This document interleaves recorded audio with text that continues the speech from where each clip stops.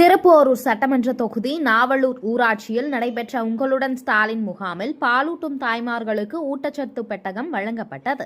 உங்களுடன் ஸ்டாலின் என்ற தலைப்பில் மக்கள் குறை தீர்க்கும் முகாம் திருப்போரூர் தொகுதிக்குட்பட்ட நாவலூர் ஊராட்சியில் நடைபெற்றது.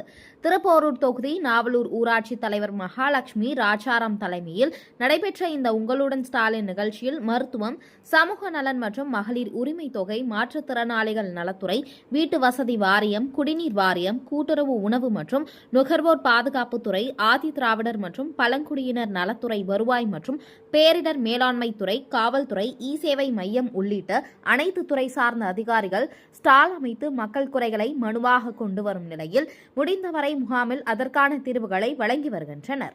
முகாமில் பங்கேற்ற பாலூட்டும் தாய்மார்களுக்கு ஊட்டச்சத்து பெட்டகமும் வழங்கப்பட்டது.